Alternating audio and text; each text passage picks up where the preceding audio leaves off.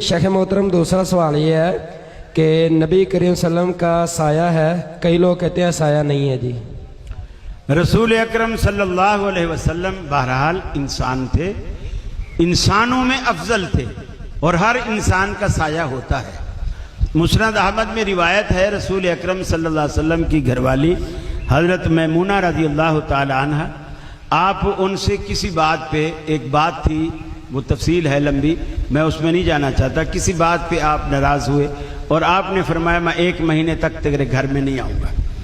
वो दिन गिनती रही, जब 29वां दिन था, दोपहर का वक्त था, वो दरवाजे की ज़रा साइड पे बैठी थी, सूरज सामने था, वो कोई कपड़ा वगैरह सुई से टाँक रही थी, सूरज सामने था और धूप घर के दरवाजे से अंदर जा रही थी।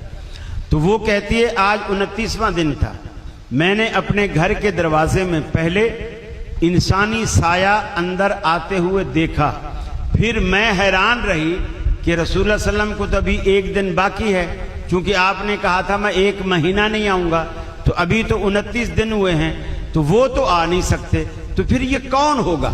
मैं अभी ऐसा सोच ही रही थी कि रसूलुल्लाह सल्लल्लाहु अलैहि वसल्लम अंदर दाखिल हुए, यानी पहले आपका साया दाखिल हुआ, फिर रसूल अकरम सल्लल्लाहु अलैहि वसल्लम खुद दाखिल हुए। नबी करीम सल्लल्लाहु अलैहि वसल्लम ने फरमाया कि ये जो नमाज तहज्जुद थी, शैतान आग लेकर के आया। आपने फरमाया मैंने 2-3 दफा उसको पकड़ने की कोशिश, वो आगे आता था आग लेकर, मैं हाथ बढ़ाकर उसको पकड़ने की कोशिश करता था और फिर वो पीछे भाग जाता था, और वो उस आग की रोशनी इतनी थी कि फरमाया उसमें रअयतु ज़िल्ली व ज़िल्लुकुम, सहाबा किराम से कहा कि मैंने उसमें अपना और तुम्हारा साया देखा।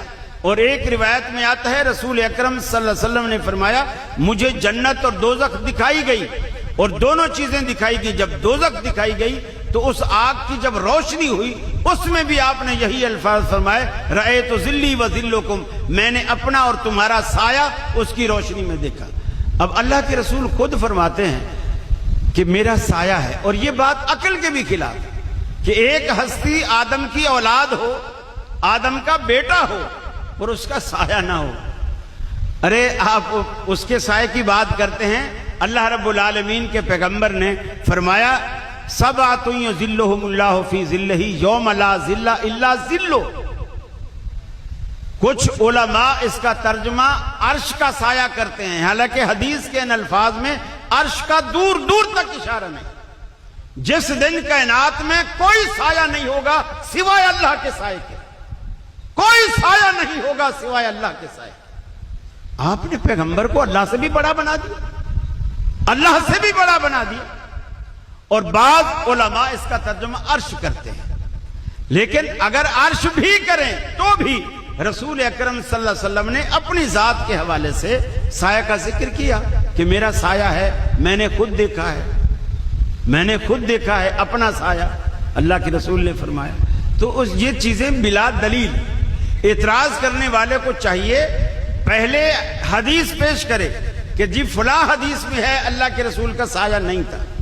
ये कि जी हमारी मस्जिद का मौलवी कहता है, मोहल्ले वाला कहता है, वो बर्फ वाला कहता है, वो बिरयानी वाला कहता है, कुल्फी वाला कहता है, ये दीन के मसाइल इस तरह हल नहीं होते। आप पहले दलील पेश करें, फिर आप पूछें कि जी हदीस में है तो साया नहीं था, तो आप लोग साया मानते हो, आपके पास क्या दलील।